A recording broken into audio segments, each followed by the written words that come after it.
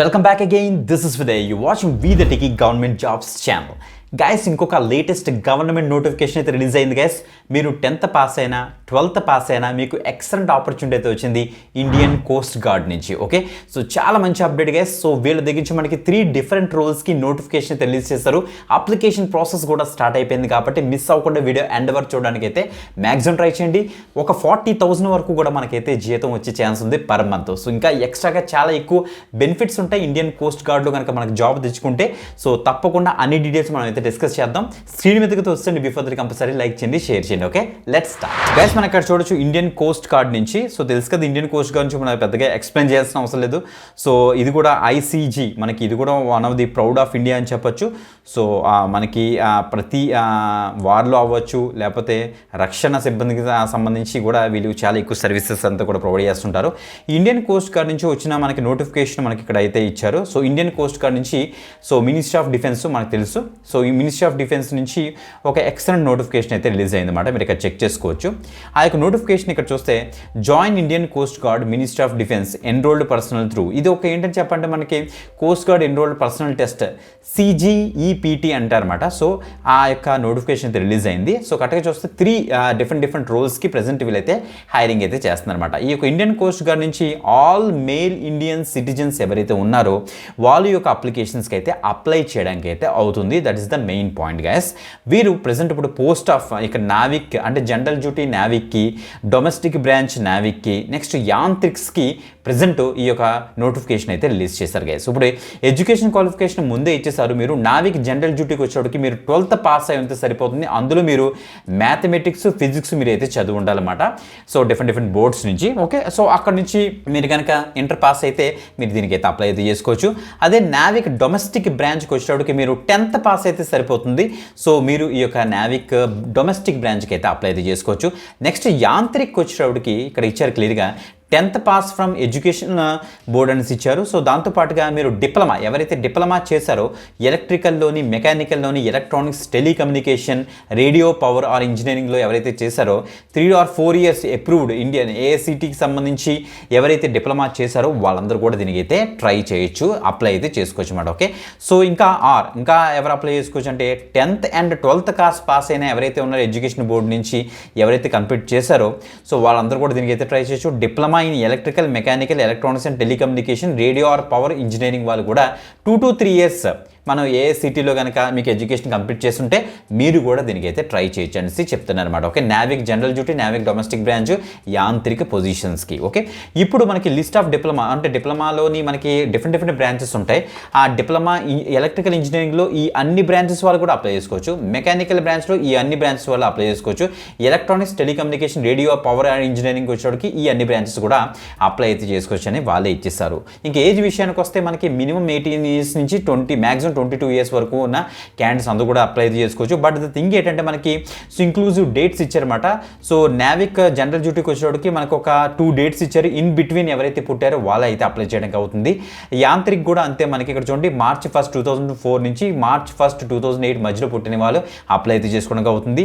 నావిక్ వచ్చేటికి మనకి 1st August నుంచి 1st August 2004 నుంచి 1st August 2008 మధ్యలో పుట్టిన వాళ్ళు అందరూ అప్లై చేసుకోవడానికి అయితే అవుతుందని చెప్తున్నారు అనమాట. Okay, so guys as per the government norms మనకి ఏజ్ రిలాక్సేషన్స్ కూడా ఉంటాయి. SC/ST వాళ్ళకేమో 5 years, OBC వాళ్ళకేమో 3 years అయితే ఉంటుంది అని వీళ్ళైతే చెప్పారు. మీరు ఇక్కడ చెక్ చేసుకోండి. అండ్ ఇండివిజువల్గా మనకి ఆ బ్యాచ్కి సంబంధించి Navik general duty, mechanical, electrical, electronics, Yantrik సంబంధించి సో 260, 30, 11, 19 ఓపెనింగ్స్ అయితే మనకైతే ఉన్నాయి.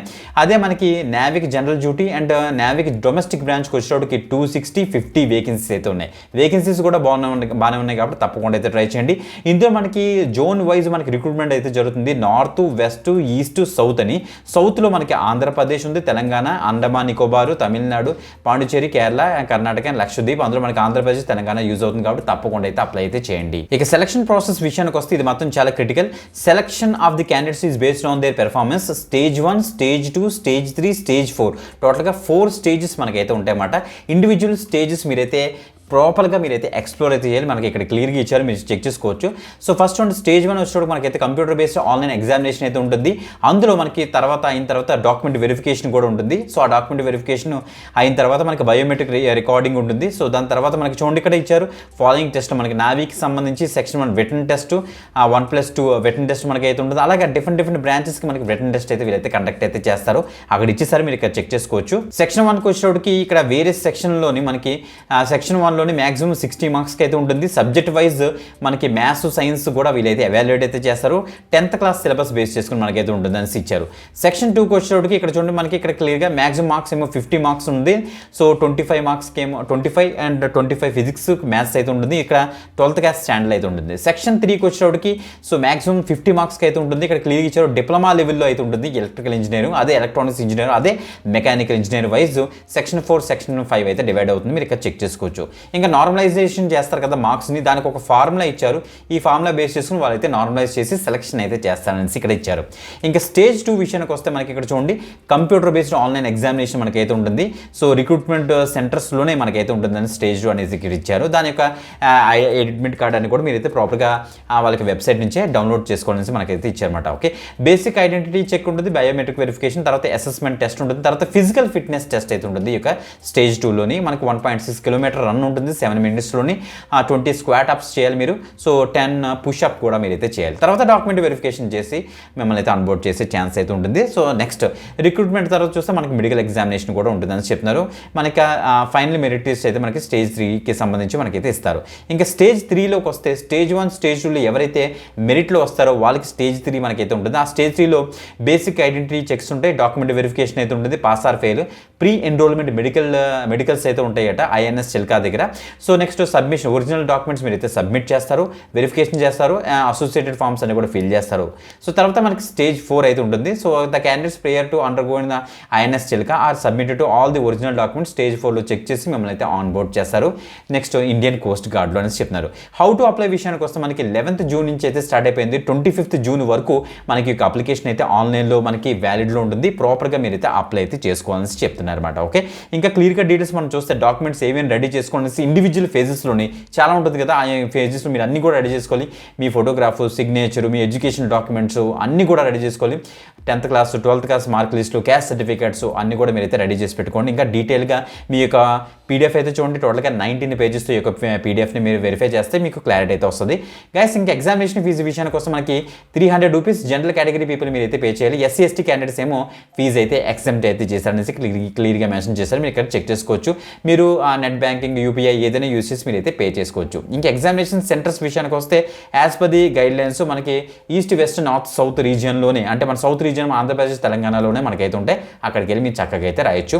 ఇంకా లిస్ట్ ఆఫ్ డాక్యుమెంట్స్ అన్ని కూడా మీరు ఇక్కడ చెక్ చేసుకోండి గైస్. ఇవన్నీ కూడా మనకి లిస్ట్ ఆఫ్ డాక్యుమెంట్స్ మీరు రెడీ చేసుకోవాలి. దానికి కావాల్సిన ఫార్మాట్స్ అన్ని కూడా ఇదే పేజ్లో మనకి క్లియర్ కట్గా డీటెయిల్స్ అయితే ఇచ్చారు, మీరు చెక్ చేసుకోండి గైస్. ఓకే, సో గైస్ ఇక్కడ చూస్తే మనకి ఇలా వచ్చేస్తే ఇక్కడ ఇండియన్ కోస్ట్ గార్డ్ యొక్క అఫీషియల్ పేజ్లోని మనం అయితే అప్లై అయితే చేయాలి. ఇక్కడ ఓపెన్ చేసినంటే మనకి ఇలా అయితే వస్తుంది దాని యొక్క PDF. సో ఇది మనకి యాక్చువల్ అప్లై చేసుకునే ఒక నోట్ అనమాట. ఇక్కడ క్రియేట్ అన్ అకౌంట్ క్లిక్ ఇచ్చేసి ఒక అకౌంట్ క్రియేట్ చేసుకుని తొందరగా అయితే అప్లై చేసుకుని చాలా మంచి ఆపర్చునిటీ ఎక్కువ మందికి అయితే షేర్ చేయండి.